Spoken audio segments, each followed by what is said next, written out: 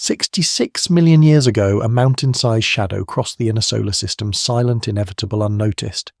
Picture it drifting through cold darkness, passing the orbits of planets that did not yet know their names, carrying enough energy to erase a world. Traveller, you are here because that shadow matters, because the universe sometimes balances everything on a single trajectory. What if the smallest gravitational nudge had changed it all? The odds were never zero and never certain. A difference of minutes could have spared the skies, leaving forests unburned and seasons unbroken. Tonight we follow that fragile branch of history where extinction became survival, and ancient rulers kept walking beneath familiar stars. Listen, and let's drift a little deeper. Far beyond the orbit of the moon, beyond the fragile shell of Earth's atmosphere, there was a moment so small it almost does not deserve a name. A mountain-sized body moved through darkness, silent and indifferent, its surface frozen long before the first forest learned to breathe. Gravity guided it the way memory guides, thought gently, relentlessly shaped by encounters that happened millions of years before life learned to count time. Nothing about this journey felt dramatic. Nothing announced itself as destiny, and yet Traveller Everything balanced on this quiet passage through space.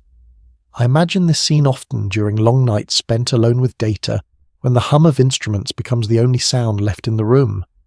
Maps lie open, edges softened by dust, star charts, marked and remarked by hands that know they are tracing ghosts. The equations are calm. They do not care about outcomes, they only describe relationships, a fraction of a degree here. A brief tug from Jupiter there. Radiation pressure brushing an ancient surface like a whisper against stone. That is all it takes sometimes. Silence is the universe thinking. In our history, the stone fell, the sky ignited. Light became a weapon. Dust rose high enough to touch the stratosphere and stayed there dimming the sun until seasons forgot themselves. Life did not argue. It simply ended where it could not adapt fast enough. That story is written into rock into a thin line of iridium that circles the planet like a scar. We know it well. We teach it. We repeat it until it feels inevitable. But inevitability is a story we tell ourselves after the fact.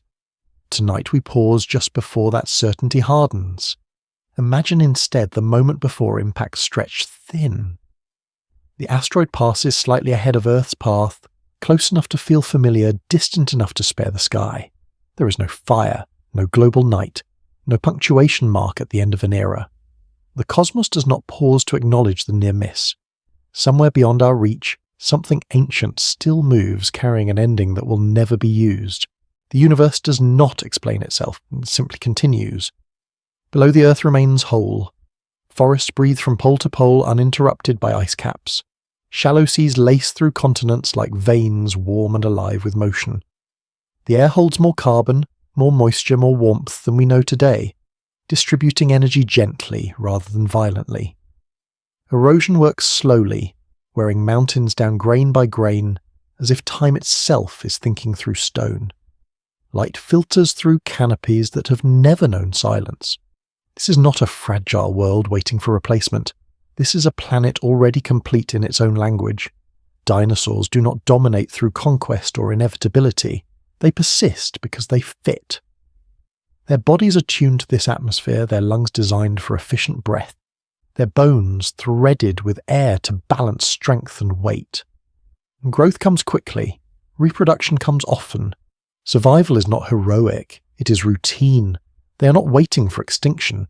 They are not failing toward a replacement. They are thriving quietly, doing what life does when it has no audience and no expectation of the meaning. I picture the morning after the near miss, mist lifting from fern valleys, heavy footsteps pressing dew into soil that remembers millions of seasons without interruption, predators moving with practiced patience, herbivores grazing with no sense of urgency beyond hunger. No one looks up. No one senses how close erasure passed overhead. There is no awareness that gravity hesitated just enough. From a scientific distance, this alternative feels unsettling. We are accustomed to believing that complexity leads somewhere, that evolution is a ladder with intelligence waiting at the top. But here continuity replaces drama. Life continues refining itself rather than restarting. Mammals remain small, clever, cautious. They learn the art of darkness of burrows and branches of listening rather than ruling. There is no resentment written into their biology, no sense of missed destiny. Ecological margins are not failures, they are solutions. Dust remembers that balance long after narratives forget it. Sometimes staring at old data sets, I feel a strange calm in this possibility. That history is not a straight line toward us. That consciousness is not promised. That intelligence is not the universe awakening, but one of many tools life sometimes invents. The absence of us does not make this world poorer. It makes it different. It's all right to not understand. The physics remains unchanged. Orbital mechanics still allow catastrophe. Chance still lives comfortably inside equations. The same solar system spins on indifferent to which outcomes become stories and which fade into unused potential. Energy remains potential until it meets matter. Radiation remains a whisper until something listens. Tonight, nothing listens. The stone keeps going, carrying its unrealized ending back into the cold. Without a reset, there is no grand clearing of ecological space, no sudden invitation for new rulers. Instead, competition stays local, incremental, intimate. Lineages rise and fall, slowly shaped by climate shifts, by continental drift, by plants learning new tricks with light and chemistry. Angiosperms spread. Grasses prepare their quiet revolution. But for now, the world remains largely Mesozoic in character, warm green, and confident in its own continuity. There is a humility in this version of Earth, a planet unconcerned with being observed, unburdened by the need to be remembered. No one names eras, no one debates significance. Life simply lives, adapts and fades where it must, leaving behind echoes written into bone and sediment. Ruins do not wait for archaeologists. They dissolve back into geology, becoming frozen echoes only time can read. As you settle deeper into this thought, let your breathing slow to the pace of continental drift. Let go of the idea that history must lead somewhere recognizable. Some histories do not happen loudly, some endings never arrive. The universe does not demand conclusions. It offers motion variation and silence in equal measure. In the end, traveller, it's all right to not understand. Some mysteries wait, others watch. Tonight the universe whispers again, and nothing is required of you except to listen and slowly, gently drift. The evidence does not announce itself with drama. It lies quietly beneath our feet, pressed into stone, scattered through sediments, folded into layers that remember what living minds forget. When we speak of extinction and survival, we imagine fire darkness and sudden endings. But evidence prefers patience. It waits in thin seams of clay and isotopes that drift slightly from expectation, in fossils arranged not as monuments but as whispers. Tonight, traveller, we read those whispers slowly. In our world the line is clear. A narrow band rich in iridium wraps the earth like a scar marking the moment the sky fell. Above it mammals diversify, below it dinosaurs vanish. This boundary is one of science's quiet triumphs, a place where geology and astronomy shake hands across time. But the existence of that line implies something else just as important. It implies that without the impact, without the dust, without the darkness, the line would not exist at all. The absence of evidence becomes its own kind of signal. Look closely at the late Cretaceous rocks without thinking about the ending we know. You do not see collapse. You do not see ecosystems unraveling in anticipation of doom. You see abundance, diversity, specialization layered upon specialization. Forest pollen does not decline. Herbivore fossils do not thin out. Predator-prey relationships remain stable, intricate, balanced. This was not a world on the brink. This was a world in mid-conversation with itself. I remember the first time I noticed this disconnect late at night, scrolling through population models while rain tapped softly against the observatory windows. The numbers refused to tell a story of decay. Growth curves flattened where they should. Variability stayed within normal bounds. It was unsettling not because it contradicted extinction, but because it revealed how external extinction truly was. The dinosaurs did not fail. They were interrupted. Their physiology tells the same quiet story. Bone microstructure reveals fast growth. Efficient metabolism lived at full speed rather than dragging towards senescence. Respiratory systems moved air in one direction, extracting oxygen with a precision mammals still envy. Hollow bones lightened massive frames without sacrificing strength. Eggs freed reproduction from internal constraint, allowing size without burden.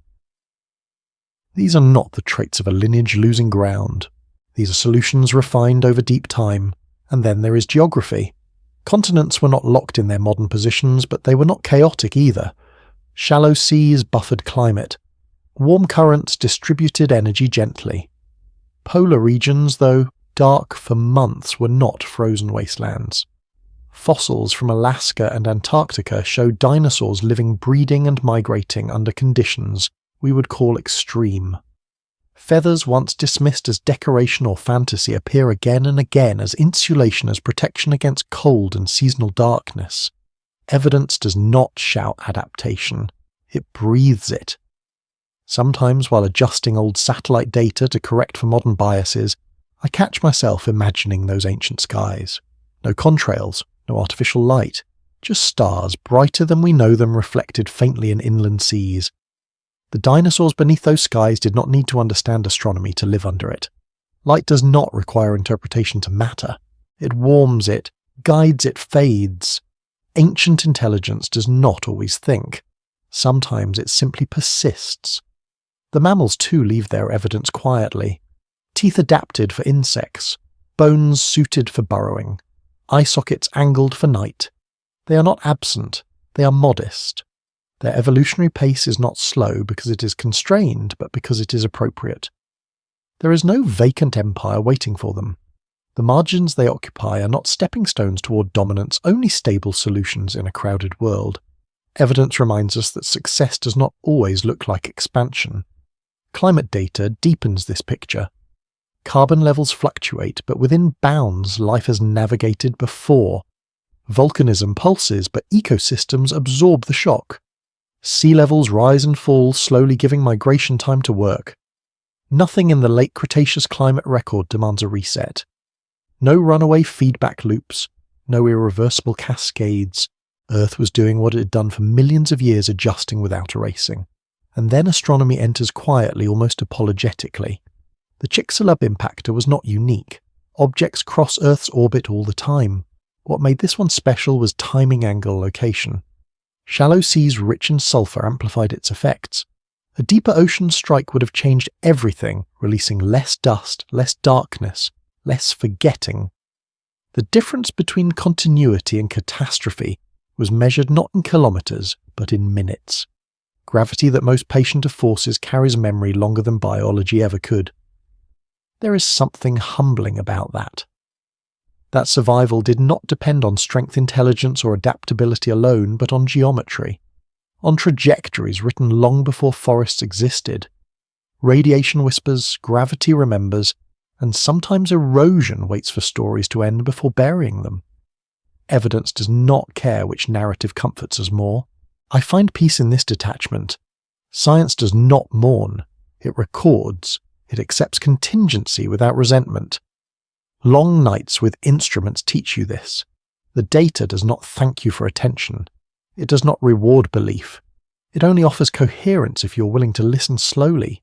Some mysteries wait, others watch. In this alternative history, evidence would look almost boring. No sharp boundary, no sudden turnover, just continuity smoothed into stone. Future geologists, had they existed, would struggle to name eras by catastrophe. Time would blur instead of fracture. Epochs would bleed into one another like dusk into night. Perhaps that is why this history feels harder to imagine. We are drawn to endings because they give shape to memory. But evidence does not need endings to exist. It accumulates regardless. Each footprint pressed into ancient mud. Each tooth shed and replaced. Each feather trapped in sediment. Dust as leftover chronology. These things would still lie beneath the surface, waiting not for discovery but for burial. Without observers, the planet keeps its own archive legible only to itself. As you drift deeper into this world of continuity, let go of the idea that meaning requires interruption. Let your thoughts slow, settling like fine particles in still water. Evidence does not rush. Neither should you. In the end, traveller, it's all right to not understand. Some truths are clearer without explanation. Tonight the universe whispers again, and the stone that never fell keeps moving, carrying silence forward into sleep.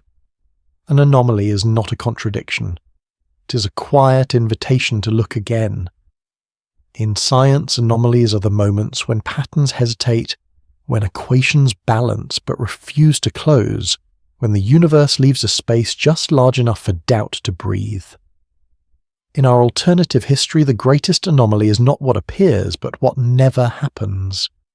No sudden silence in the fossil record, no broken chain, no sharp edge where time snaps and restarts, just continuity stretched thin across millions of years, asking us to sit with uncertainty a little longer. I imagine standing in a field of data late at night, screens dim the room lit only by the soft glow of instruments. Everything checks out, models converge, error bars behave, and yet something feels incomplete. Not wrong, incomplete. The anomaly is not noise, it is absence, an extinction that does not arrive, a catastrophe that never finishes forming. Gravity carries its memory forward but releases it gently like a thought never spoken aloud. In this world, dinosaurs encounter challenges that would have broken lesser lineages. Continents drift, altering coastlines and climates. Plants invent new defences, tougher leaves silica-rich grasses that grind teeth and demand adaptation. Predators refine strategies. Prey learns vigilance. There are pressures everywhere, constant, unrelenting. And yet no single stressor overwhelms the system. Adaptation keeps pace. Selection works quietly without spectacle. The anomaly is resilience without collapse. Grasses spread slowly their roots, stitching soil together, changing fire regimes, opening landscapes. Forests retreat in places, advance in others. Open plains appear not as sudden revolutions, but as gradual invitations. Dinosaurs respond without panic. Bodies change shape. Teeth grow harder, replace faster. Herds grow larger. Speed becomes currency. Vision stretches farther. What mammals would one day call savanna life emerges here without ceremony. Erosion thinks through landscapes and life listens. What fascinates me most is how little drama this requires. No singular genius or adaptation, no heroic leap. Just incremental shifts, generation after generation, each one slightly better aligned with its moment.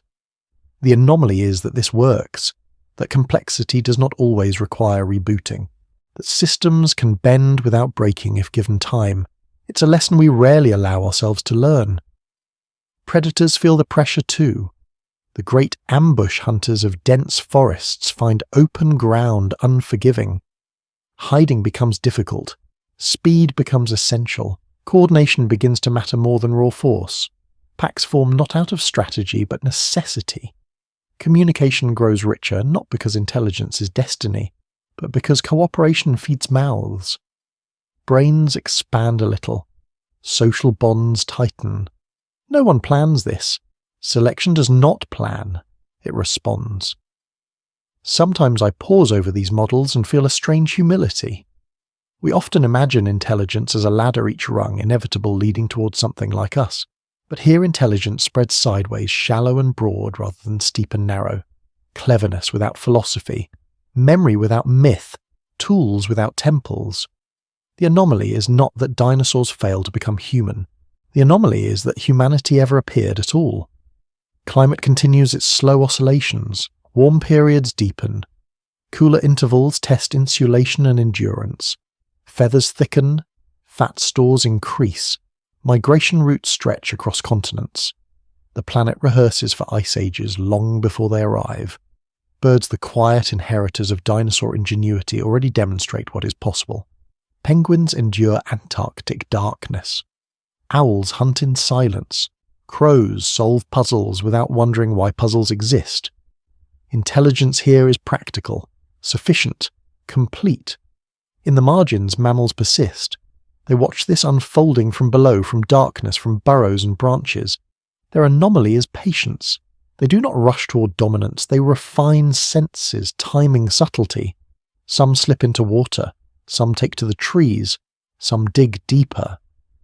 Their brains grow just enough to survive complexity without needing to master it. They are not waiting for an opening. They are already successful where they are. The anomaly stretches into the sky as well. Without human eyes, the stars still burn. Supernovae still flash briefly, scattering heavy elements across space. Cosmic rays still whisper through the atmosphere, leaving traces in ice and stone. The universe performs its experiments regardless of witnesses. Light behaves as ancient intelligence, moving, interacting, fading.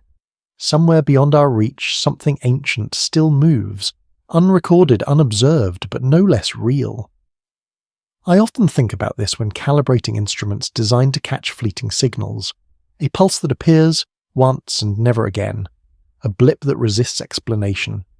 We catalogue it, debate it, archive it. In this alternative world, no one does. The signal passes. The universe keeps it to itself. Anomalies do not demand interpretation to exist. What would history feel like without observers obsessed with meaning? Perhaps lighter, less burdened. Without the need to explain itself, the planet becomes a continuous present, layered but unjudged. Ruins dissolve before they become symbols. Bones return to chemistry. Time folds back into process. Dust as leftover chronology, drifting, settling, becoming something else. There is a temptation to see this as loss. No art, no questions, no stories told around fires. But that is our bias speaking the natural tendency of thinking beings to privilege thought. Evolution does not share that bias. It rewards what works. And what works here is balance, adaptation, quiet persistence. Some mysteries aren't meant to be solved, only observed. As you sink deeper into this anomaly, allow your thoughts to loosen their grip on narrative. Let go of beginnings and endings. Imagine time as a slow current rather than a sequence of chapters. Let your breathing match that rhythm. Inhale, continuity. Exhale, urgency. In the end, traveller, it's all right to not understand. The anomaly does not need resolution. Some mysteries wait, others watch. Tonight the universe whispers again, and the silence that never broke invites you gently towards sleep. Silence is not emptiness. It is what remains when nothing needs to announce itself. In this world without a cataclysmic ending, silence settles slowly, layer by layer, like fine ash that never fell from the sky.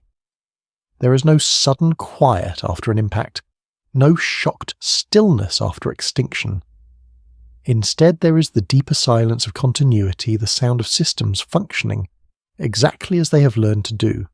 Silence is the universe, thinking unhurried, unconcerned with witnesses. I imagine standing at the edge of a vast plain at dawn, long before any mind would name the hour. Grass bends under a breeze shaped by distant mountains. Herds move as a single organism, not coordinated by intention, but by shared instinct refined over millions of years. The ground absorbs sound the way memory absorbs detail, gently without complaint. Predators wait, prey grazes. Nothing feels paused, nothing feels unfinished. Silence is not the absence of life. It is life without commentary. In our own history, silence arrived violently, a sudden dimming, a world muffled by dust. The quiet after devastation carries weight because it follows noise. But here there is no before and after, just a long, even breath stretching across epochs. The absence of catastrophe creates a different kind of quiet, one that does not shock, one that does not grieve. It simply exists as natural as gravity, as erosion, as the slow rearrangement of continents beneath a warming sun. During nights spent alone with instruments, I have learned to appreciate this kind of silence. The hum of machinery fades into the background until it becomes indistinguishable from thought. Screens glow softly, offering numbers without narrative. Outside, the world continues without acknowledging my attention. In those moments, I feel closer to this alternative earth than to my own. Peace comes not from answers, but from acceptance of not needing them. Dinosaurs live inside this silence effortlessly. Their lives are full, demanding immediate hunger, movement, reproduction, rest. No space for abstraction, no need for reflection. Intelligence expresses itself as timing, as coordination, as memory of routes and seasons. Communication happens through posture, sound, scent, and motion. Meaning does not hover above these actions. It is embedded within them, inseparable from survival. As climates shift slowly, silence absorbs the change. Cooling trends deepen, warming intervals soften. Ice creeps toward the poles and retreats again, rehearsing futures without urgency. Feathers thicken where cold lingers. Bodies grow larger where heat must be conserved. Migration becomes a language written across landscapes. These transformations do not announce themselves as turning points. They are simply responses recorded quietly in bone density, fat distribution, and behavior. Even death is quieter here. There are no mass graves signaling collapse. Individuals fall, bodies feed others, remains sink into sediment. Erosion smooths sharp edges until they disappear. Ruins do not accumulate because there are no builders trying to outlast time. The planet cleans up after itself, continuously recycling matter without sentiment. Dust is not tragic. It is leftover chronology. In the margins, mammals continue their nocturnal lives. They hear the silence differently. For them, quiet is opportunity. Predators sleep. Dinosaurs rest. The night opens pathways unavailable during the day.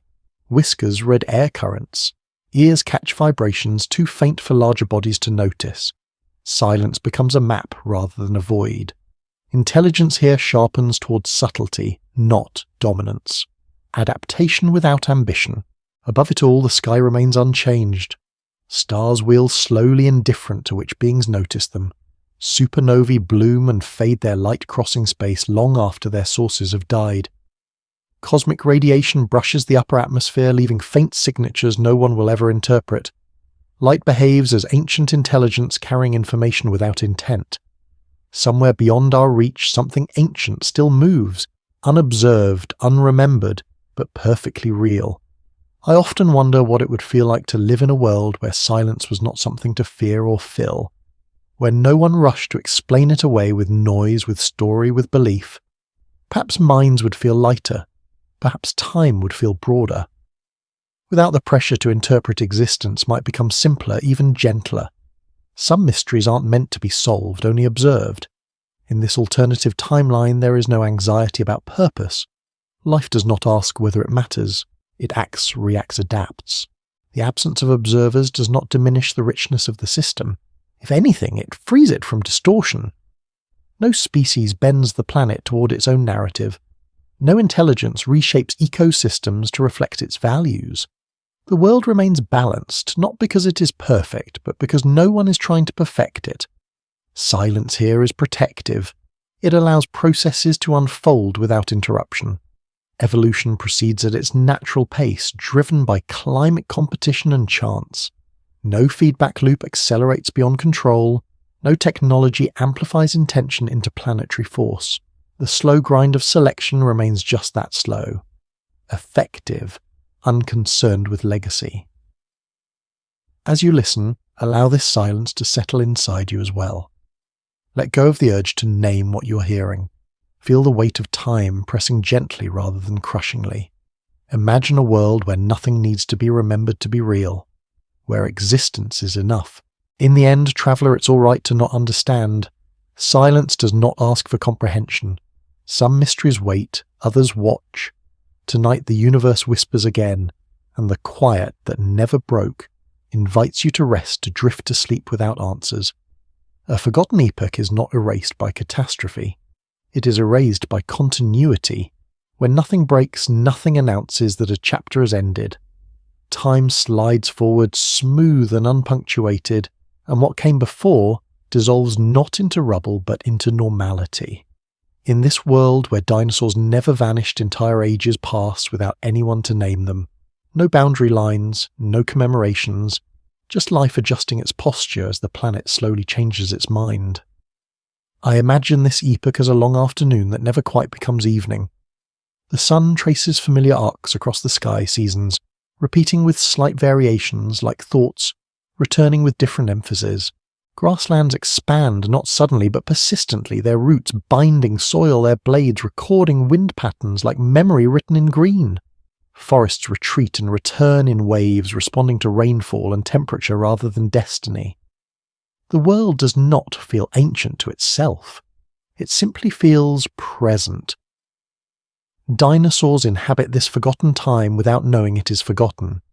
Herds migrate along routes refined over millions of years, pairs etched into landscapes by repetition rather than intention.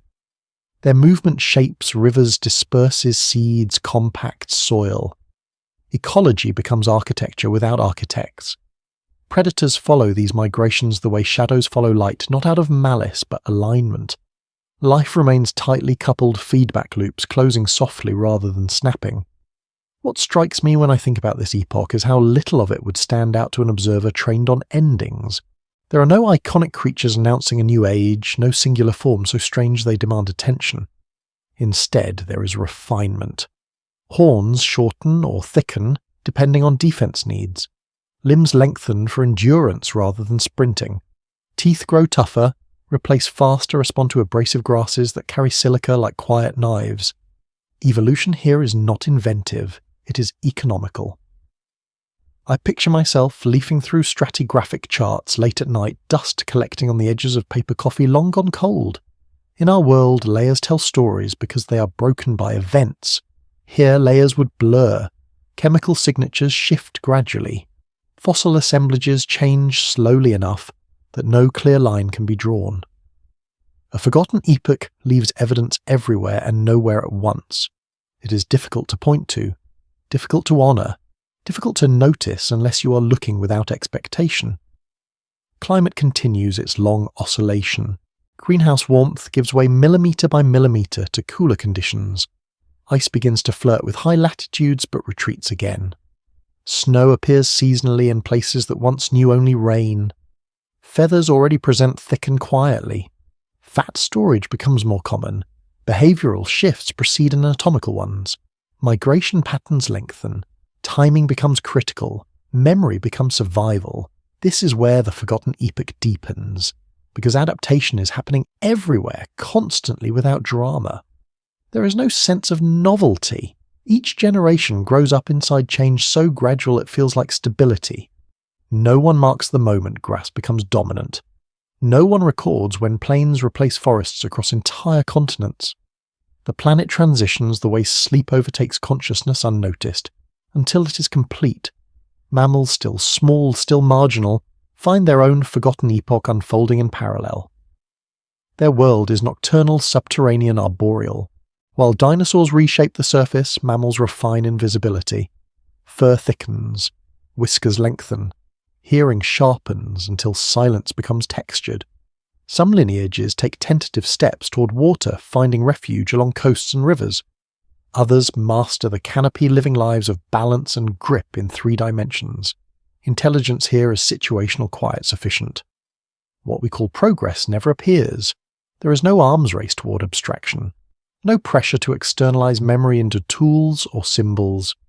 Knowledge remains embodied, stored in muscle memory and migratory timing, in social cues passed through behavior rather than language. The absence of writing does not imply ignorance. It implies a different relationship with time.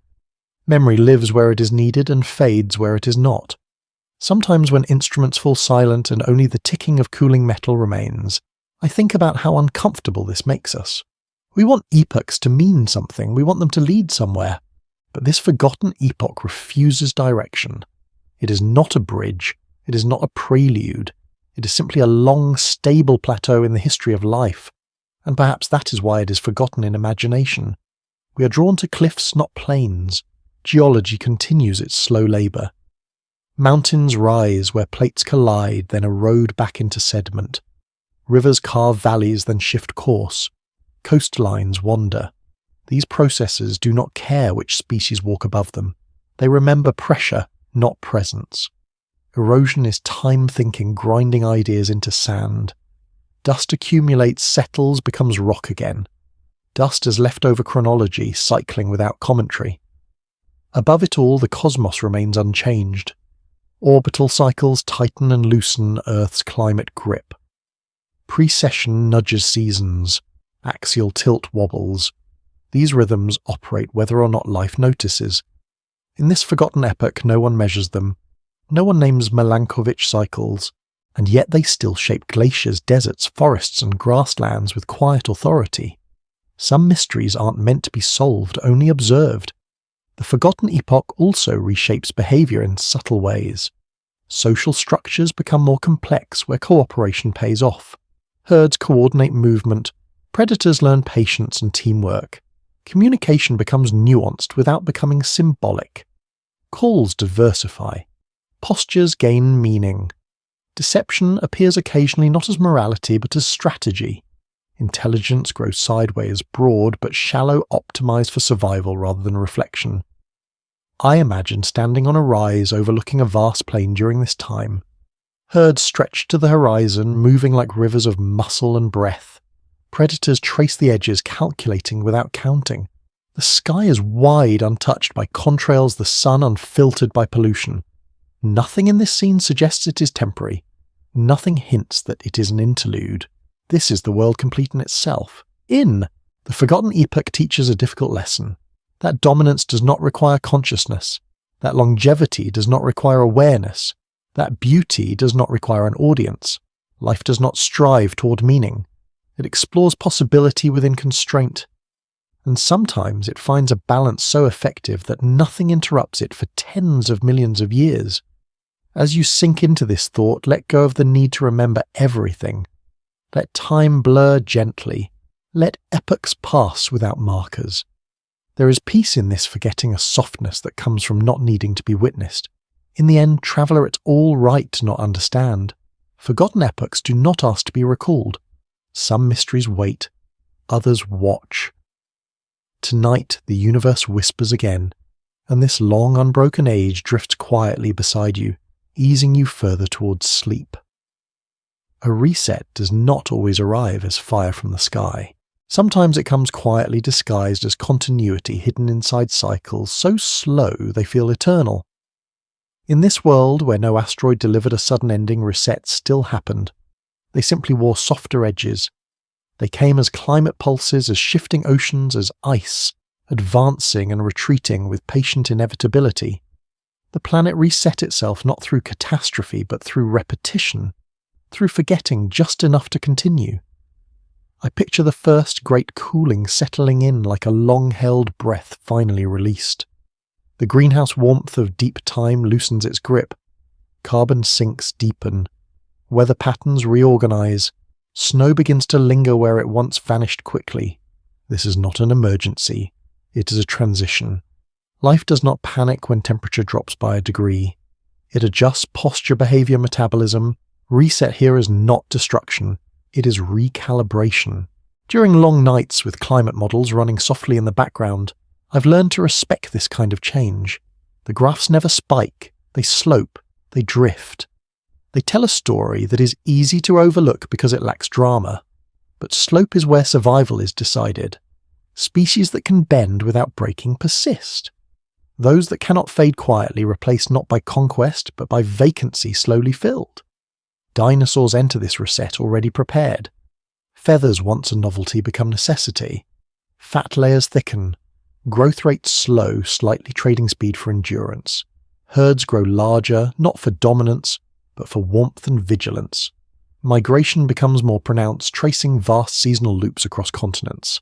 Memory here is not abstract. It is embodied in movement, in timing, in the knowledge of when to leave and when to return. Ice sheets advance and retreat on rhythms written into Earth's orbit. Precession, tilt, eccentricity, celestial mechanics shaping biology from a distance. These cycles do not announce themselves. They whisper through temperature gradients and snowfall patterns. Silence is the universe thinking.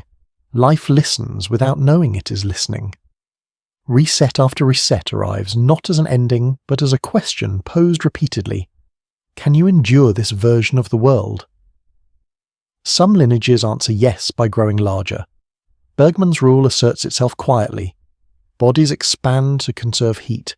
Limbs shortened. Torsos deepened. Giants return not as relics of a lost age, but as solutions to cold. Others answer yes by shrinking, by hiding, by mastering niches that require less energy. Diversity does not collapse. It redistributes. Predators feel the reset sharply. Cold favors endurance over ambush. Snow exposes movement. Visibility increases.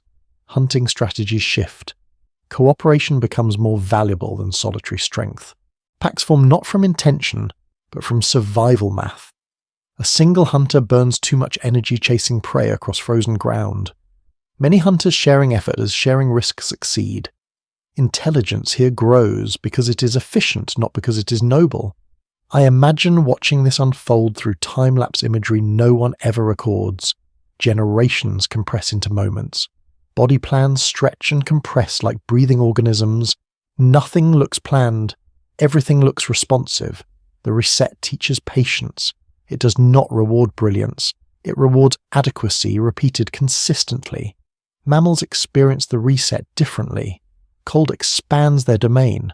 Night lengthens. Insulation improves. Fur thickens. Metabolism accelerates.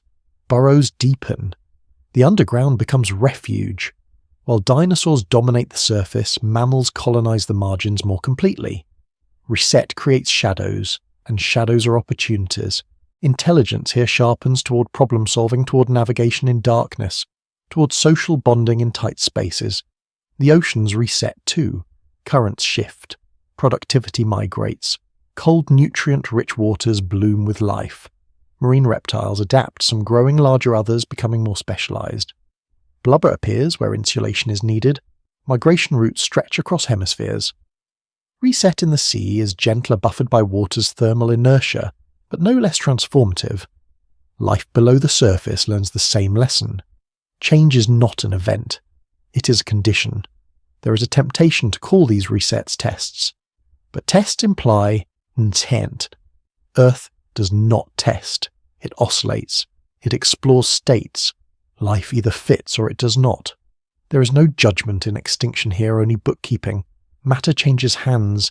Energy flows. The system continues.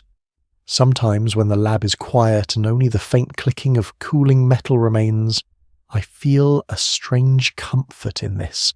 That nothing is personal. That survival is not a verdict on worth. That meaning is not assigned by longevity. In a universe this old, persistence itself is already remarkable. Reset after reset shapes behavior subtly. Migration timing becomes precise. Social learning increases. Young observe elders not out of reverence but necessity. Knowledge passes through action rather than story. Memory remains local, situational, sufficient. There is no accumulation of abstract knowledge because there is no pressure to externalize it. The world changes, but not faster than bodies can remember how to move within it. I imagine a vast frozen plain during one of these resets. Herds moving against the wind, breath crystallizing, feathers ruffling.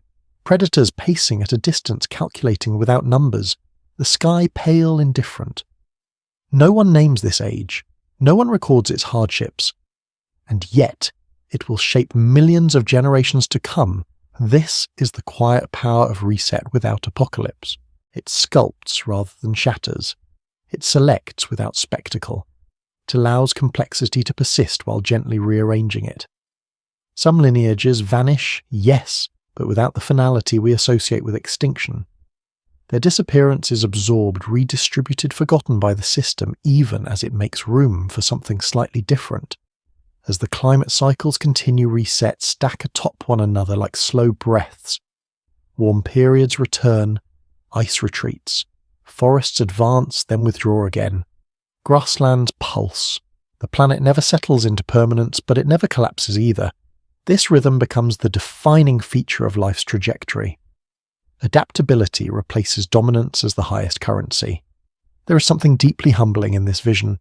No single species ever controls the outcome. No intelligence ever steps outside the system to manage it.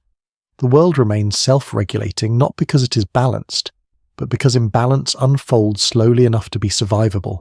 As you breathe, let your thoughts reset too. Release the expectation of resolution. Allow cycles to pass without commentary. Feel the safety in repetition, the calm in knowing that change does not always mean loss. In the end, traveller, it's all right to not understand. Resets do not explain themselves. Some mysteries wait, others watch. Tonight the universe whispers again, and the long rhythm of change carries you gently, steadily towards sleep. An echo is not a repetition. It is a delay, a memory carried forward by space itself, softened by distance, altered by time.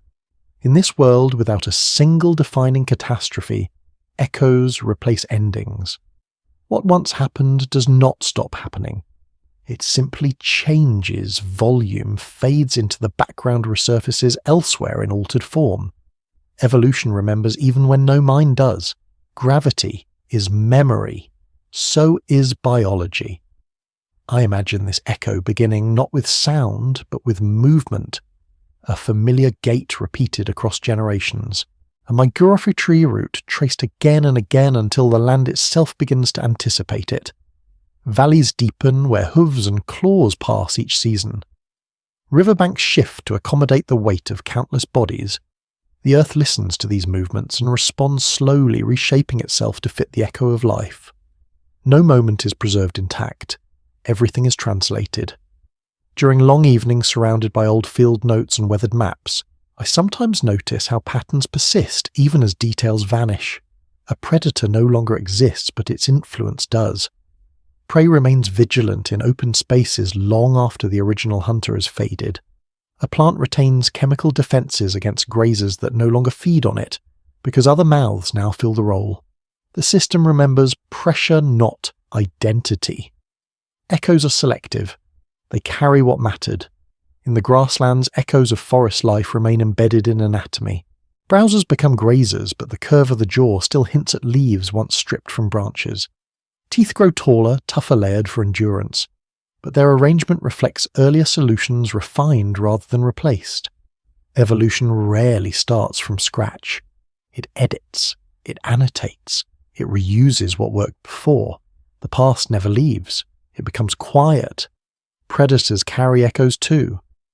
The ambush instincts of dense forests linger even as open plains demand pursuit.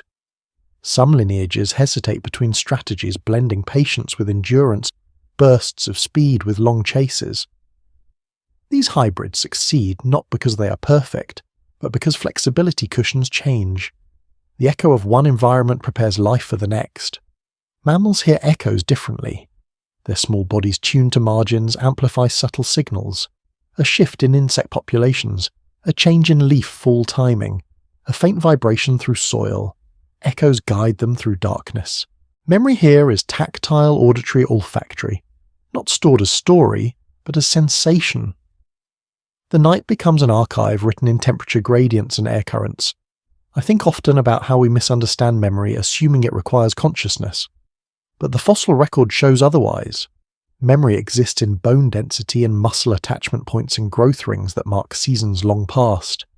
Echoes of climate pulses appear in isotopic ratios and oxygen signatures locked into teeth. The Earth remembers through chemistry. Life reads those memories without knowing they are memories. As ice ages approach, in this alternative timeline, echoes of earlier cold periods shape responses.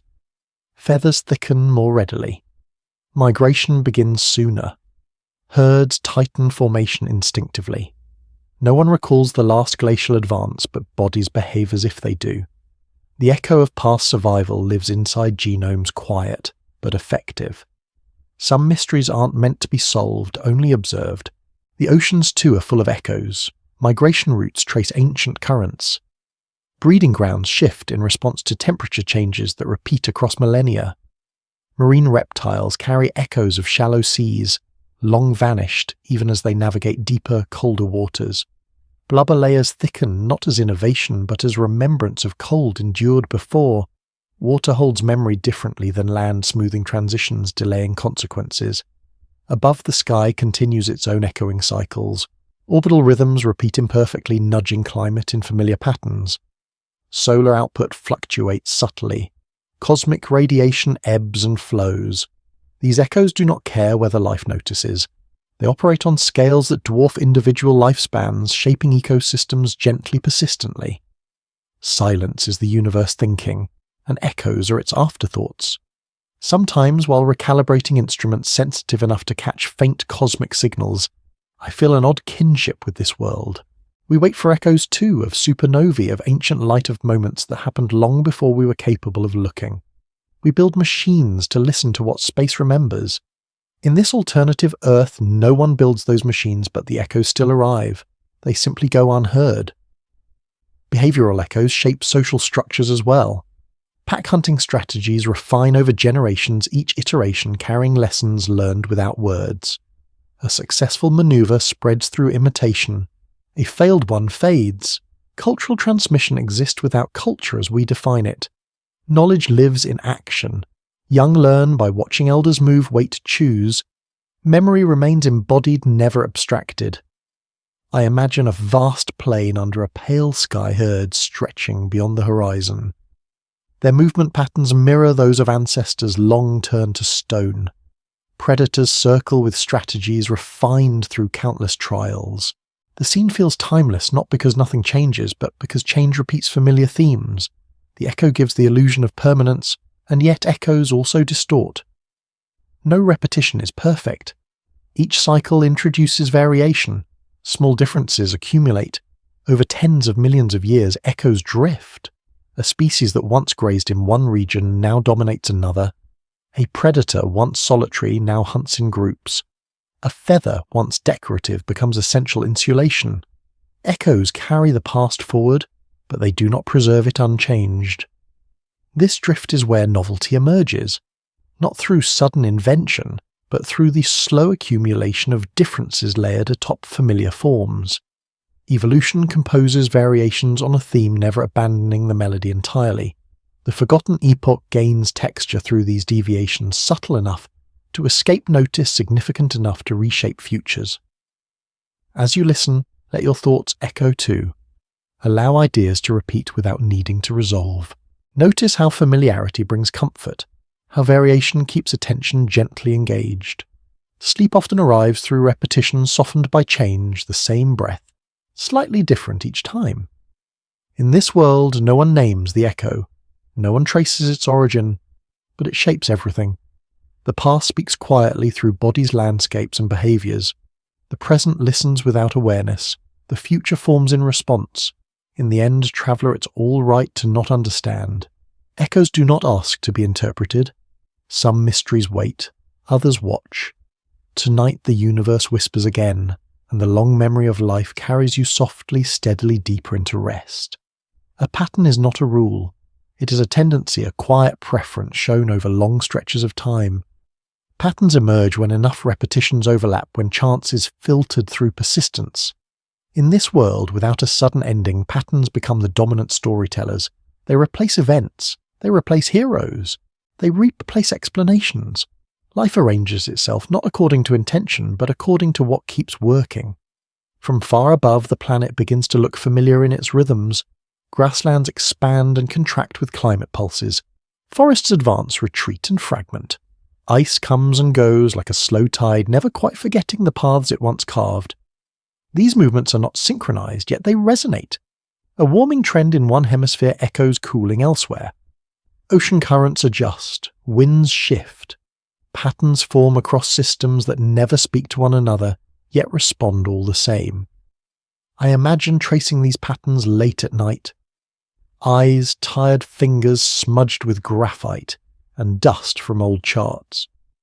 When you stop looking for conclusions, the data relaxes. It stops resisting. Trends reveal themselves not as straight lines, but as spirals, loops, oscillations. The Earth does not progress. It oscillates. Evolution does not climb. It wanders, revisiting old solutions under new conditions. Dinosaurs, still the dominant presence, become expressions of these patterns rather than exceptions to them. Body size correlates with latitude. Social complexity correlates with environmental unpredictability. Speed increases where visibility is high. Armor thickens where predators persist. None of this requires foresight. It unfolds because selection favors what fits the local pattern at that moment. Herd structures follow mathematical simplicity. Individuals spread just far enough apart to graze efficiently, yet close enough to detect danger collectively. Panic propagates through groups faster than any predator can move, a wave travelling through bodies without conscious coordination. This pattern repeats across species, across continents, across eras. No one invents it. It emerges. Predators respond with their own patterns. Pack sizes stabilize around optimal numbers. Too few hunters fail, too many waste energy. Roles emerge without titles. Flankers, drivers, ambushers, behaviors distributed through the group, shifting as individuals age or weaken. Intelligence here is statistical. It lives in averages, not individuals. Success belongs to the pattern, not the hunter. Mammals still marginal but persistent follow different patterns. Nocturnality dominates. Burrowing increases. Litter sizes adjust to predation pressure. Lifespans shorten or lengthen depending on niche stability. Intelligence sharpens where unpredictability is high. Tool use appears sporadically, then disappears when unnecessary. Pattern determines persistence, not ambition. Climate reinforces itself through feedbacks. Ice reflects sunlight, cooling regions further. Grasslands promote fire, maintaining openness. Forests regulate moisture, buffering extremes. These interactions repeat until disturbed, then settle into new configurations. Reset does not erase patterns, it rearranges them. Some mysteries aren't meant to be solved, only observed. I think often about how uncomfortable this is for us. We search for meaning in singular causes in decisive moments, but patterns deny us that satisfaction. They suggest that outcomes arise from accumulation rather than intention, that history is less a story than a texture. In this world there is no moment when dinosaurs almost become something else. There is only continued adjustment within constraints. The sky reflects patterns too, orbital cycles repeat, axial tilt modulates seasons, solar output fluctuates gently. Cosmic radiation ebbs and flows.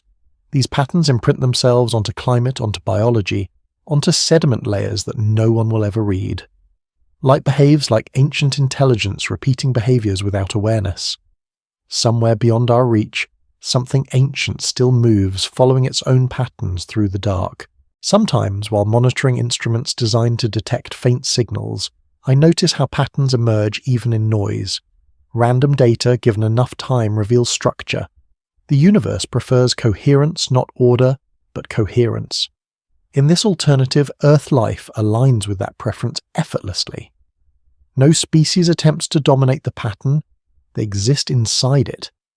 As ice ages deepen, later in this timeline, patterns intensify.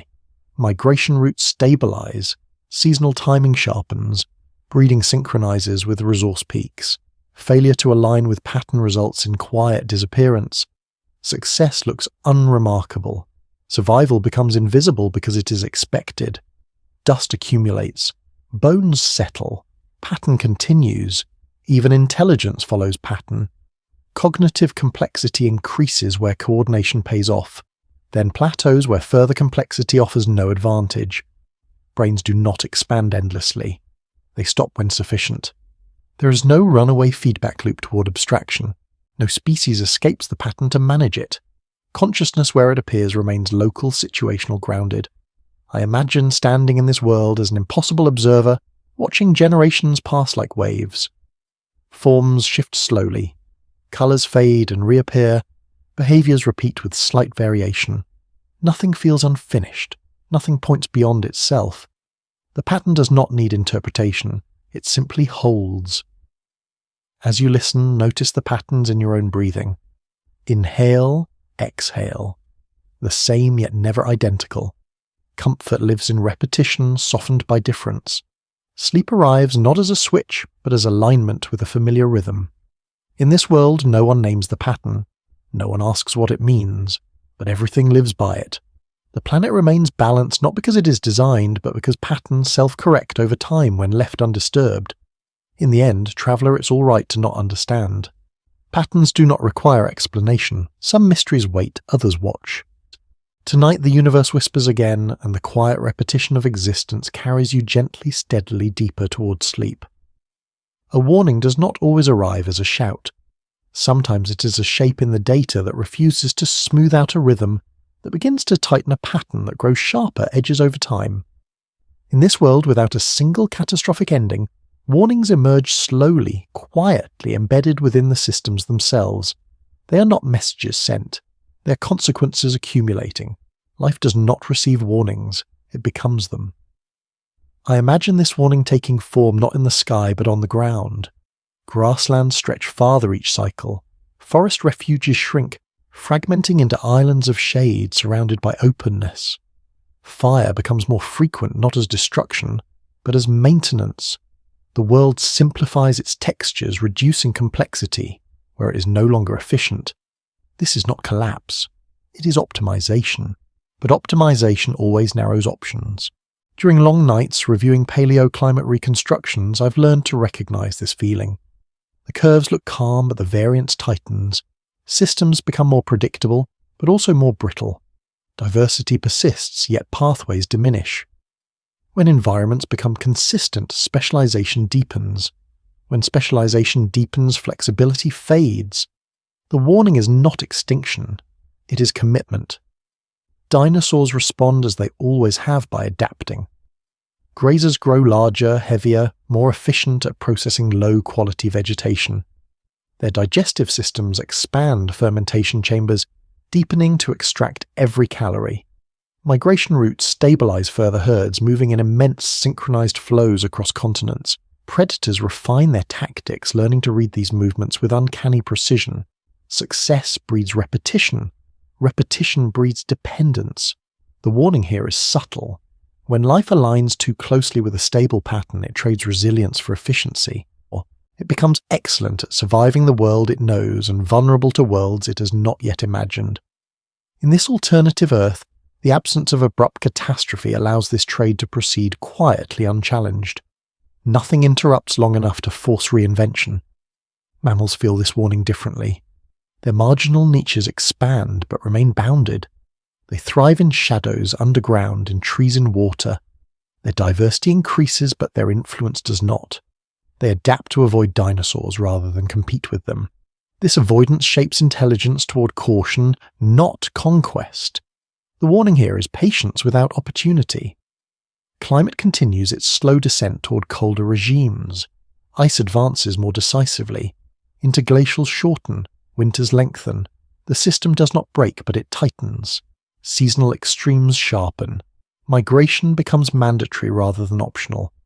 Those unable to move far enough fast enough fade quietly. The warning is not sudden death. It is narrowing margin. I often think about warnings in my own work instruments drifting out of calibration signals, growing noisier, error bars creeping wider. These are not failures. They are invitations to intervene. In this imagined world, there is no one to intervene. Life must respond internally with whatever flexibility remains. Some mysteries aren't meant to be solved, only observed.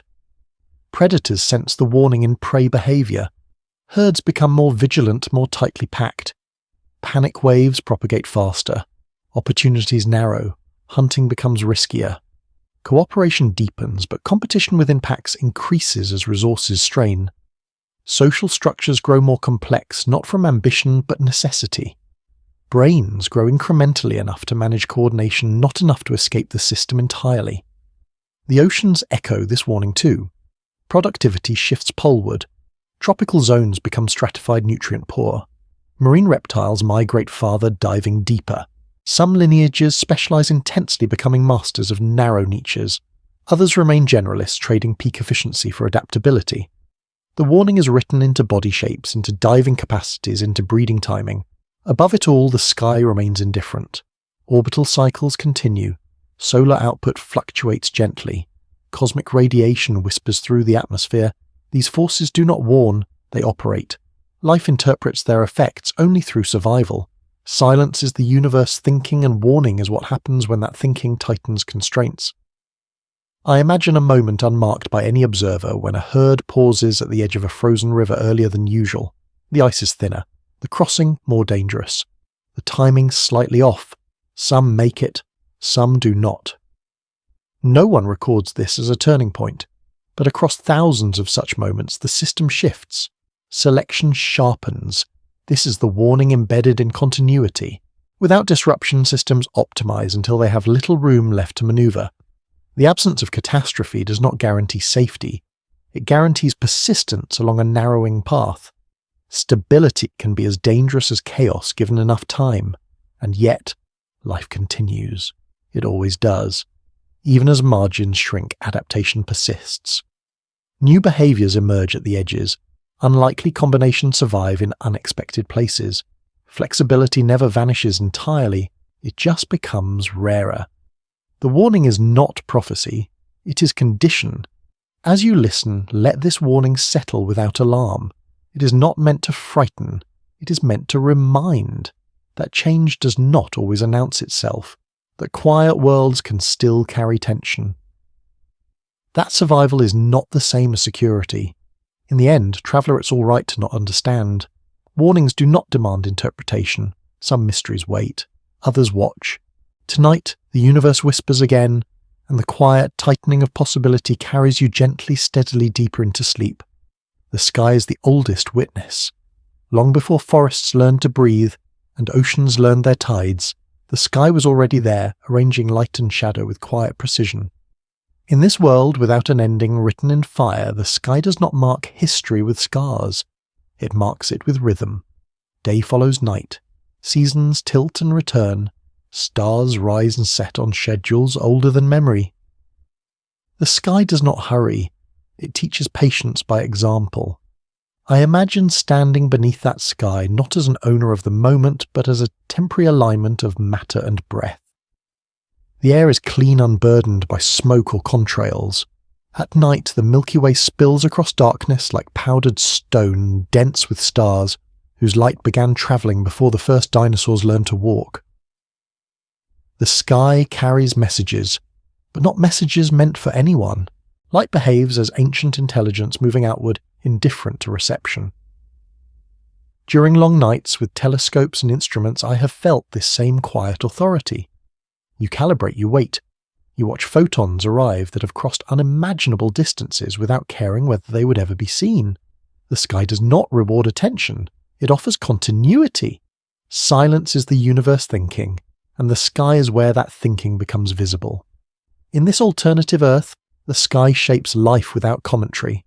Seasonal shifts dictate migration. Cloud cover moderates heat. Storm tracks carve corridors of rain across continents. The sky is not background. It is infrastructure. Dinosaurs read it instinctively. A change in pressure, a shift in wind, the smell of rain carried ahead of a front. These signals matter more than stars. Survival depends on weather, not wonder. And yet the stars still matter even when unrecognized. Their gravity nudges comets. Their explosions seed space with heavy elements. Their radiation brushes planetary atmospheres, leaving faint imprints in ice and stone. Cosmic rays whisper through the upper air, altering chemistry in ways no creature ever notices directly. Somewhere beyond our reach, something ancient still moves following its own skybound path. I think about the night sky over open grasslands where nothing blocks the horizon. Herds settle into rest beneath a dome of light so vast it dissolves any sense of enclosure. Predators pause silhouettes against starlight, their senses tuned to movement rather than myth. No one wonders what the stars are. No one projects stories onto them. The sky remains unclaimed. As ice ages deepen later in this timeline, the sky grows sharper. Cold air clarifies starlight. Auroras dance at lower latitudes, curtains of green and violet rippling silently. These lights do not inspire awe because awe requires reflection.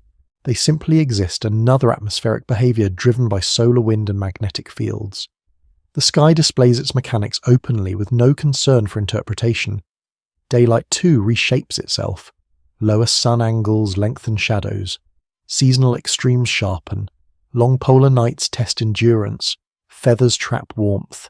Fat insulates. Migration aligns with photoperiod, not calendar. The sky becomes a clock without numbers, a signal without language. Bodies listen without knowing they are listening. Sometimes, while reviewing satellite imagery of clouds and currents, I imagine what it would mean to never look up with curiosity. To experience the sky only as condition, never as question. It feels alien to us, but perhaps it is more honest. Wonder is a luxury of minds with spare capacity. Life under constant ecological negotiation invests attention where it pays off. The sky also carries danger quietly. Asteroids still pass, comets still wander, gamma-ray bursts flare somewhere in the galaxy, their beams narrowly missing inhabited worlds by chance alone.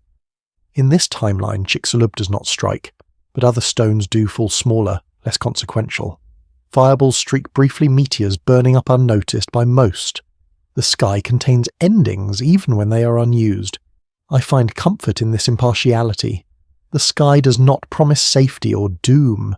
It offers possibility, variation, risk distributed across time rather than concentrated in moments. This is the sky's lesson contingency without intention.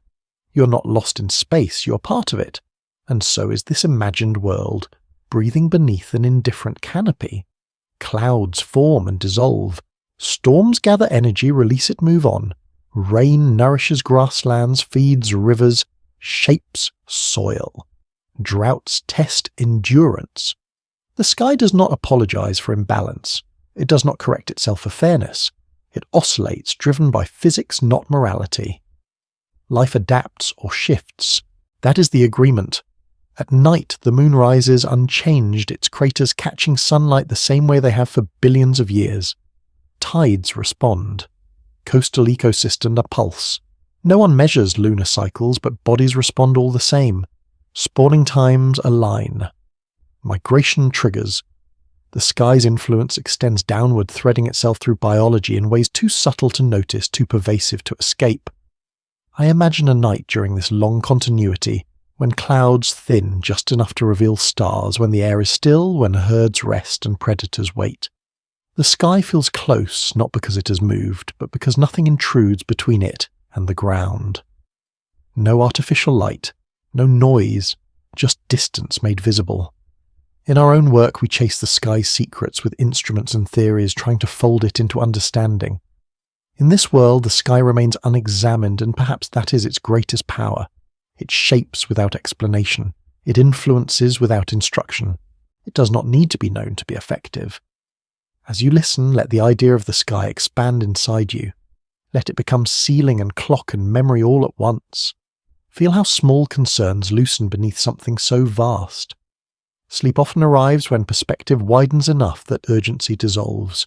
In the end, traveller, it's all right to not understand. The sky does not require comprehension. Some mysteries wait. Others watch. Tonight the universe whispers again, and the great dome of light and darkness bends gently over you, holding your thoughts until they soften, slow, and finally drift into rest. The earth remembers everything even when nothing records it. Long before language, before tools, before eyes capable of reflection, the planet was already storing its history in layers. Sediment settling grain by grain. Lava cooling into slow crystalline memory. Water carving valleys the way thought carves understanding. Not by force, but by repetition. In this world where the dinosaurs were never erased, Earth does not reset. It accumulates. I imagine touching the ground in that timeline, pressing my palm into soil that has never known ploughs or pavement. The texture is alive. Roots weave beneath the surface like quiet circuitry, exchanging nutrients, signals, warnings. Fungi form vast networks that stretch farther than any animal ever walks. The earth beneath the dinosaurs is not inert. It is active thinking in gradients of chemistry and pressure and time. Erosion is time thinking out loud. The continents have not frozen into their modern shapes all at once. They have drifted patiently centimetres per year, rearranging climate without drama. Mountains rise not as monuments, but as consequences. India presses into Asia. The Himalayas lift slowly, wrinkling the sky. With each uplift, carbon dioxide is drawn from the air locked into stone. The earth cools not because it chooses to, but because gravity and chemistry insist. Grasslands spread as forests retreat. Not through violence, but through tolerance. Grass survives fire. Grass survives drought. Grass grows where trees cannot. The earth does not favour grass because it is efficient. It favours what persists. Under dinosaur feet, silica-rich blades grind teeth and reshape skulls. The planet and its creatures negotiate continuously, neither in control, both adapting. During long nights spent reading geological maps, I've traced faults like scars that never healed because they were never wounds. Their movement made visible. The Earth does not experience catastrophe the way we do. Even mass extinctions are brief interruptions in a process that spans billions of years. In this timeline, without the asteroid's punctuation mark, the sentence simply continues. Rivers wander. They shift course, abandon channels, carve new ones. Floodplains breathe with seasonal overflow. Sediment builds quietly millimetre by millimetre, burying bones that will never be named. Fossils still form, but no one digs them up. They wait locked in stone, their existence unacknowledged but complete. Ruins are frozen echoes even when no civilization ever created them. Volcanoes still erupt. Basalt floods still pour across landscapes. The Deccan Traps still exhale gases that warm the climate and test resilience. Life responds not with panic, but with distribution. Some species retreat. Others expand. The Earth does not care which ones succeed. It only maintains the conditions for selection to continue. Ice arrives later slowly. Antarctica drifts south, isolating itself. Currents shift. Snow begins to persist. Glaciers advance like thoughts that cannot be dismissed. They grind rock into powder, reshape, continents lower sea levels. Land bridges appear and vanish. Migration follows opportunity. The Earth teaches movement by removing stability. In this dinosaur-dominated world, the planet's surface remains largely unbroken by deliberate design. No roads straighten rivers. No dams interrupt sediment flow. No mines hollow mountains. The Earth expresses itself fully without negotiation. Weather patterns are raw. Carbon cycles remain balanced by biology rather than industry. The atmosphere breathes at a pace set by volcanoes, plants, and oceans alone. Sometimes when I stand on exposed bedrock in our own world, I try to imagine it untouched. No drill marks, no graffiti, just stone shaped by wind and water. That imagined silence feels heavy, but also restful. The Earth seems calmer when it is not constantly rearranged by intention. The soil thickens where life accumulates. Organic matter cycles endlessly. Death feeds. Growth feeds death. Nothing is wasted. Bones dissolve into minerals. Feathers break down into carbon. The Earth recycles with perfect indifference. This is not harmony in a poetic sense, it is accounting. Inputs and outputs balanced over time. Earthquakes still happen. Plates slip, stress releases, forests fall. Rivers dam temporarily then burst. Destruction occurs without malice. Recovery follows without gratitude. The Earth does not apologize and life does not resent it. Survival is simply alignment with conditions. The longer I think about this world, the more I realize how unfamiliar true continuity feels to us.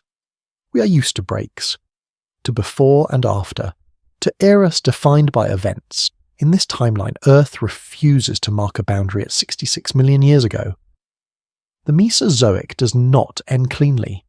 It blurs, stretches, transforms into something unclassifiable. Labels fail.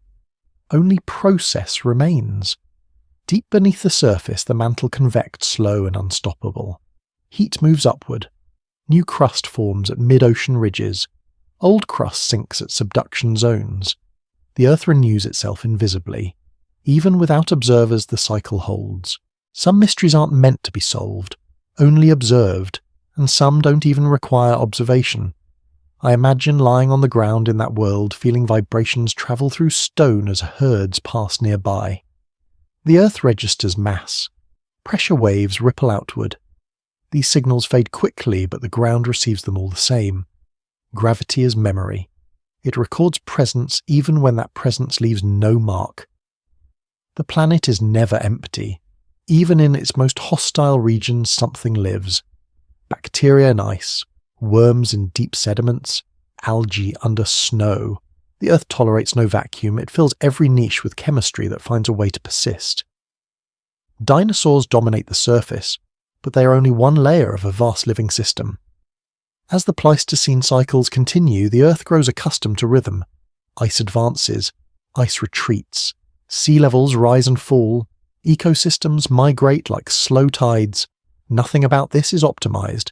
It is simply what happens when orbital mechanics, atmospheric chemistry and biology interact over time. In our own era, we worry about tipping points thresholds beyond which recovery is impossible. In this alternative world, the Earth still has limits, but they are rarely crossed. Not because life is gentle, but because no single species pushes the system beyond resilience. The planet remains within familiar parameters, oscillating rather than accelerating. This is not a perfect world. Animals suffer, extinctions still occur, lineages vanish quietly. But the scale of change remains distributed across time rather than concentrated into moments. The Earth prefers slow stories. As you listen, let your thoughts sink into this deep time. Imagine the weight of millions of years pressing gently downward, not to crush, but to steady. The Earth is not fragile. It is patient. It carries loss without drama and continuity without celebration.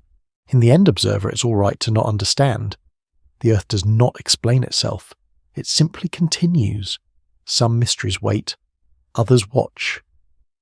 Tonight the universe whispers again, and beneath you the planet turns slowly, holding your weight, remembering every step and asking nothing in return as sleep draws closer.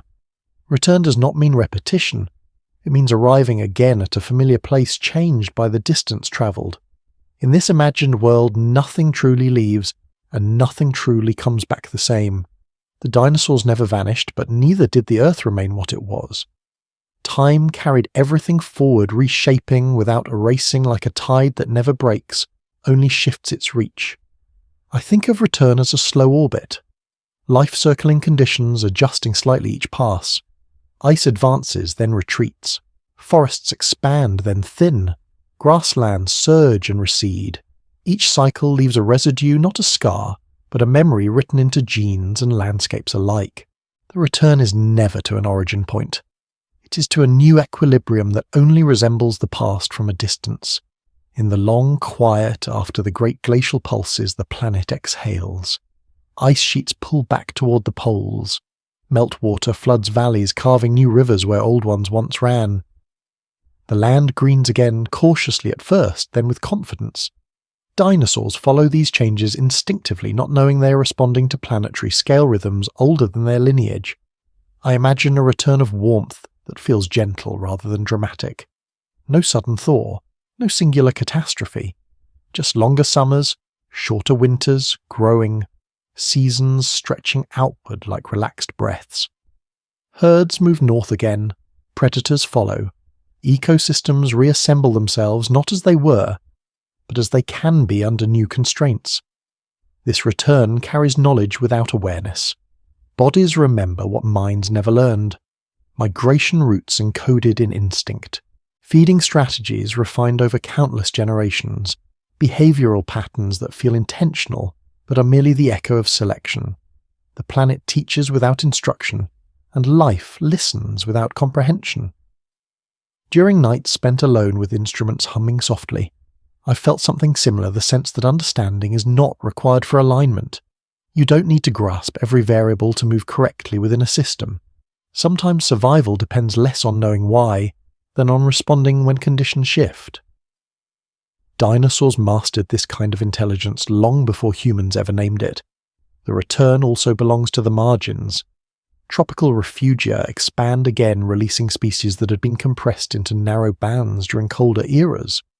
Ancient lineages reappear in broader ranges, not because they were preserved intentionally, but because the Earth allowed them space when conditions permitted. Return is an opportunity, not a guarantee. Forests reclaim ground from grasslands in some regions. Elsewhere, open plains persist, held in place by rainfall patterns and soil chemistry. The planet does not aim for uniformity. It experiments endlessly, tolerating diversity because diversity stabilizes systems through redundancy. When one strategy fails, another remains. I imagine standing at the edge of a forest that has returned after millennia of retreat. The trees are not the same species as before. The canopy is shaped differently. Light filters through unfamiliar patterns.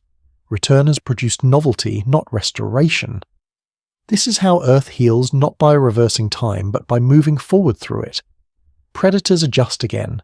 Some lineages grow larger as prey abundance increases.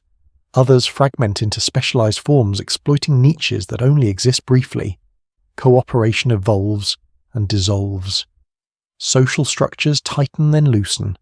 Nothing is fixed long enough to fossilize behavior. In this world without humans, the return is never narrated. There is no record of how close systems came to collapse, or how narrowly some species avoided extinction. Near misses leave no monuments. Survival is silent. Failure is quieter still. The oceans too experience their own returns. Cold currents weaken, warm waters spread. Marine reptiles shift migration routes. Productivity pulses upward as nutrient cycles realign. Deep-sea systems remain largely unchanged, buffered from surface chaos, reminding us that not all parts of Earth experience time at the same speed. Sometimes I imagine what it would mean to witness return without memory of loss, to experience abundance without comparison. Perhaps grief sharpens appreciation, but perhaps it also distorts it. In this world there is no longing for what was. There is only adaptation to what is. The return carries danger as well. Warming awakens pathogens. Parasites expand their ranges. Competition intensifies as habitats overlap. Life responds not with ethics, but with selection. The planet does not protect its inhabitants from challenge. It offers opportunity and pressure in equal measure. As climates stabilize temporarily, biodiversity peaks again. Complex food webs reassemble. Interdependence deepens. The Earth grows louder with life, though no one would call it noise. It is simply activity layered and constant. Silence is rare, and when it appears it is usually local and brief. I find something grounding in this imagined return. It lacks triumph. It lacks closure. It feels honest. Change without resolution. Continuity without promise.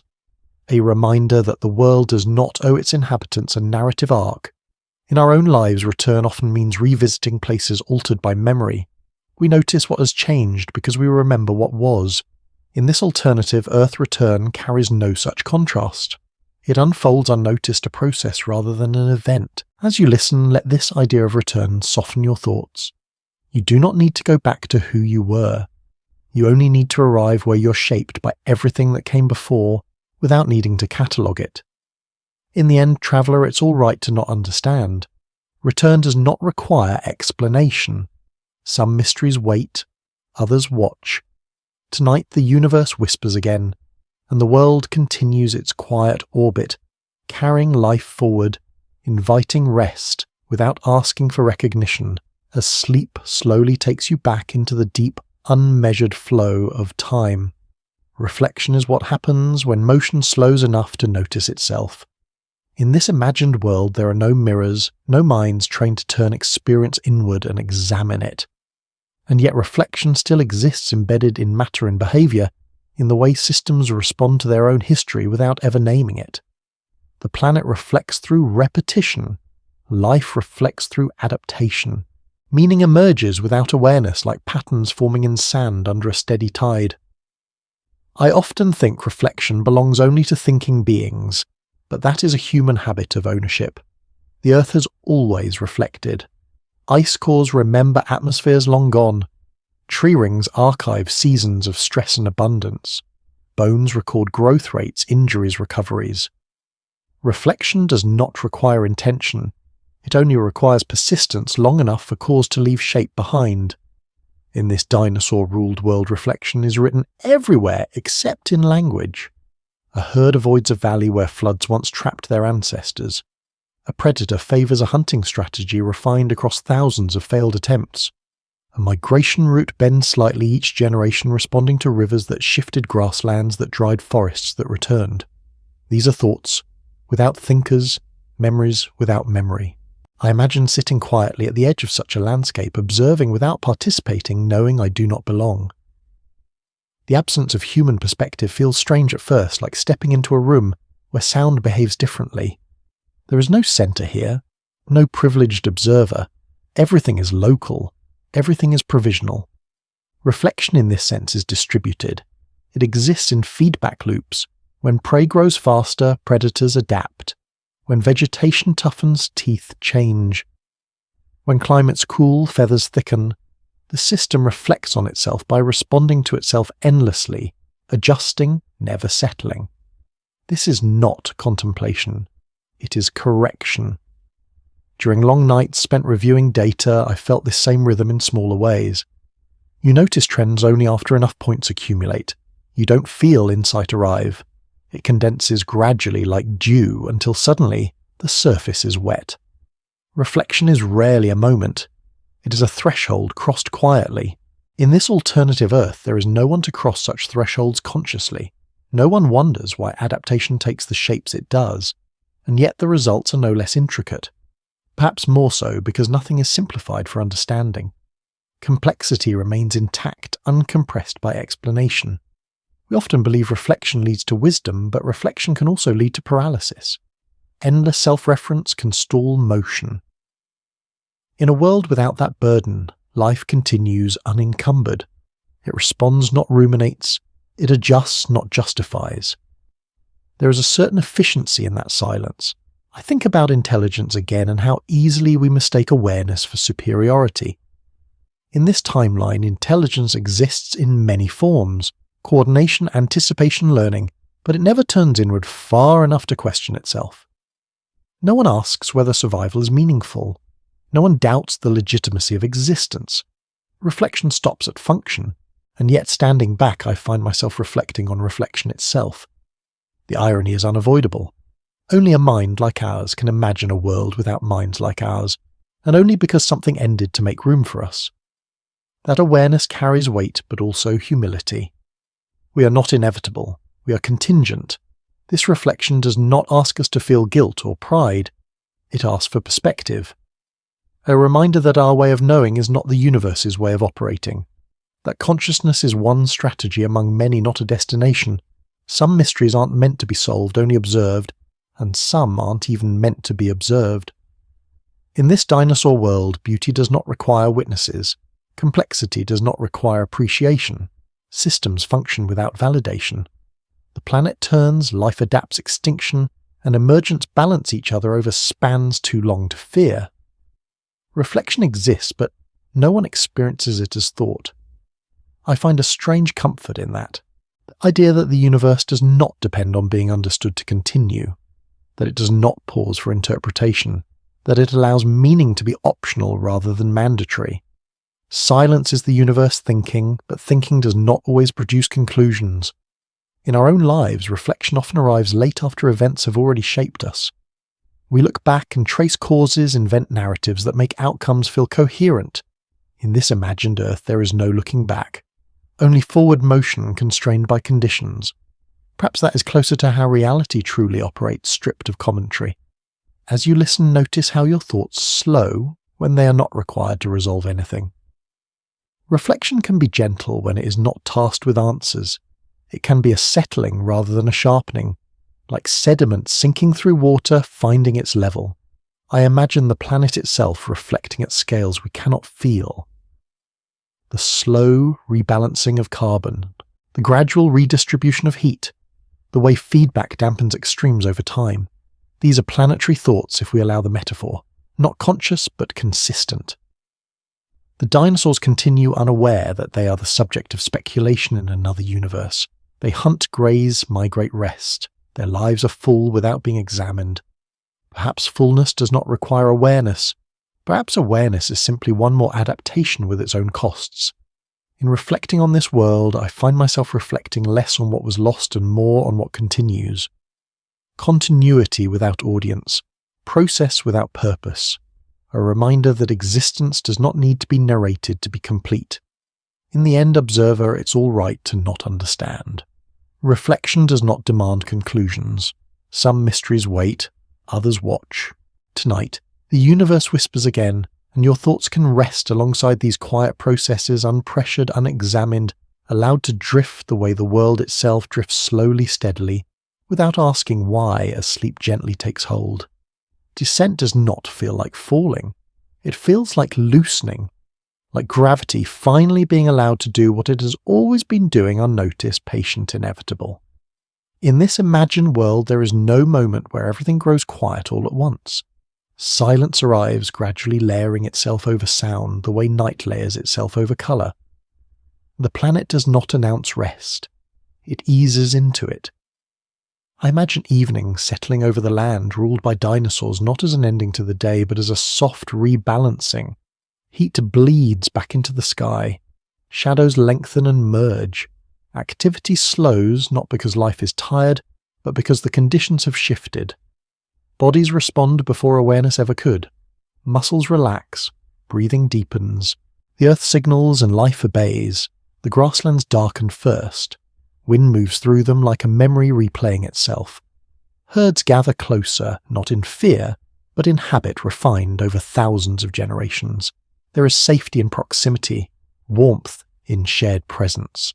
No one thinks about tomorrow. No one reviews the day. Rest is not something to earn. It is something to enter. In forest, sound changes character. Insects replace birds. Leaves whisper instead of rustle. Predators adjust their pace, some slowing, others waking into sharper focus. The night does not belong to one group alone. It is partitioned quietly hour by hour by those best suited to move within it. The world reorganizes itself without instruction. I think about how different this feels from our own nights, filled with artificial light and delayed endings. Here darkness is not resisted. It is accepted. The sky dims without argument. Stars emerge one by one, not as spectacle, but as constants returning to view. The cosmos does not interrupt rest. It accompanies it. During long nights spent awake beside instruments, I've learned that true descent into sleep happens when the mind stops monitoring itself, when attention releases its grip, when curiosity softens into presence. That same release fills this world. Dinosaurs do not worry about what might happen while they sleep. Their bodies trust the systems that shaped them. Temperature drops gently. Dew forms. The earth exhales moisture gathered during the day. This exchange between ground and air continues whether anyone notices or not. Even rest is part of a cycle, not a pause in it. Sleep is maintenance. Silence is adjustment. In colder eras, descent into sleep becomes deeper, heavier. Snow absorbs sound. Landscapes simplify. Movement becomes deliberate. Bodies conserve energy instinctively. Feathers fluff. Fat insulates. Breathing slows to match scarcity. Rest becomes survival rather than comfort, but the transition is still smooth. Nothing resists what must happen. I imagine lying beneath this sky not as an observer, but as matter temporarily arranged into awareness. The ground is firm, the air steady. There is no urgency pressing inward. The universe does not demand attention. It allows withdrawal. Thoughts drift the way clouds do when winds weaken. They do not need to resolve. They only need to pass. Memory loosens its hold. Images blur at the edges. The sharpness of concern dulls. What remains is rhythm, breath, weight, the sense of being held by something vast enough to absorb every unfinished thought. In this imagined earth, no one reflects on the act of sleeping. It is not a ritual. It is not a goal. It is a phase like dusk or tide or snowfall. Life moves into it as naturally as it moves out again. The absence of self-awareness makes rest complete. We often carry the day into the night, dragging meaning behind us like excess weight. In this world, meaning is not portable. It does not intrude. Each moment stands alone, sufficient without reference. Perhaps that is why descent feels so gentle here. There is nothing to process, nothing to file away. The stars continue their slow motion overhead. The planet turns. Gravity holds everything in place. Somewhere beyond our reach, something ancient still moves, but it does not disturb this moment. Large systems operate at scales that do not interfere with sleep. The universe is capable of immense violence, but it is also capable of restraint. As you listen, allow your own descent to mirror this one. Let your muscles soften without instruction. Let your breathing find its own depth. There is no need to stay alert. Nothing important will be missed. Some mysteries wait. Others watch. The mind may offer images, forests, grasslands, skies, but you do not need to follow them. They can drift on their own. Sleep does not require imagination. It only requires permission. In the end, traveller, it's all right to not understand. Rest does not ask for clarity. It asks for surrender. Tonight the universe whispers again, quieter, now slower, drawing you downward into a depth where thought loosens its edges and awareness dims without disappearing. Sleep, traveller. The cosmos will keep watch. The final moment is not an ending. It is a settling like dust after a long journey through still air. In this imagined world, nothing concludes with certainty. There is no last chapter written in fire or ice. There is only continuation, softened by time, carried forward without announcement. The dinosaurs do not know they are at the end of a story because stories require narrators, and this world has none. I imagine the planet at rest, not motionless but balanced. The slow turn beneath the stars. The quiet exchange between ocean and atmosphere. The deep pulse of the mantle far below moving heat from one place to another with infinite patience. Everything that needs to happen is happening. Everything that does not need to happen simply does not. Somewhere a creature sleeps. Its body warm, its breath slow, its awareness dimmed to the simple act of being alive. It does not dream of past eras or future possibilities. It does not imagine alternate histories. It rests because rest is written into its biology just as hunger and movement are. Around it others sleep too, scattered across forests, plains, coasts and oceans, each held by the same gravity, the same indifferent care of the planet. This world never asks whether it is meaningful. It never wonders if it could have been different. It does not compare itself to ours because comparison requires memory shaped by loss. Here there is no sense of absence, only presence unfolding moment by moment across deep time. And yet here you are listening, a mind capable of imagining what never was precisely because something ended long ago. That paradox lingers gently, not as sorrow, but as perspective. Human consciousness is not the universe awakening. It is one brief configuration of matter that learned to look back and ask questions. That ability is rare. It is also temporary. There is no lesson hidden in this story, no warning carved into stone, no message sent across epochs. The universe does not speak in morals. It speaks in processes, variation, selection, persistence, silence, and sometimes imagination when conditions allow it to arise. If the dinosaurs had never gone extinct, there would be no one to miss them, no one to wonder about them, no one to tell this story. The earth would still turn. The sky would still stretch overhead. Life would still adapt, suffer, flourish, and fade. The absence of witnesses does not diminish reality. It simply frees it from explanation. As you drift closer to sleep, let that idea rest beside you. A world does not need to be observed to exist. You do not need to hold everything in mind. You do not need to resolve every question. Some mysteries aren't meant to be solved, only observed, and some are not even meant to be observed at all. Tonight the universe whispers again, softer now, as if aware that attention is fading.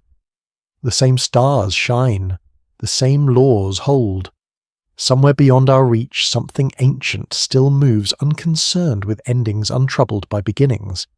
And as that watch continues unnoticed and unrecorded, the night settles more deeply around everything that exists. The stars do not dim for sleep, but their light feels softer now, filtered through distance and time. Gravity holds steady. The planet keeps its slow rotation, carrying oceans, mountains, and sleeping bodies through darkness without effort. Nothing urges the moment forward.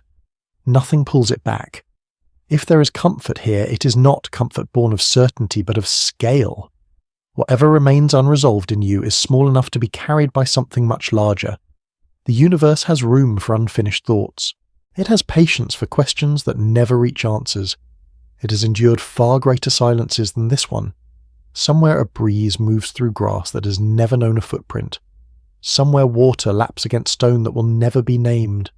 Somewhere life continues its quiet work of becoming and unbecoming, perfectly unconcerned with whether it is remembered. That indifference is not cold. It is gentle. It asks nothing. It demands nothing. Let your awareness loosen its edges now. Let it thin the way starlight thins before dawn, without urgency, without loss. You do not need to hold on. You do not need to arrive anywhere else. This moment is sufficient. Sleep, traveller. The universe remains. We've reached the edge of tonight's journey, traveller.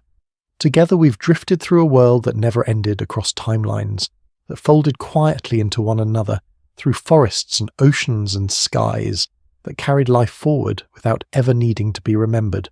The lantern light grows dim now, not because the mystery is finished, but because it no longer needs illumination.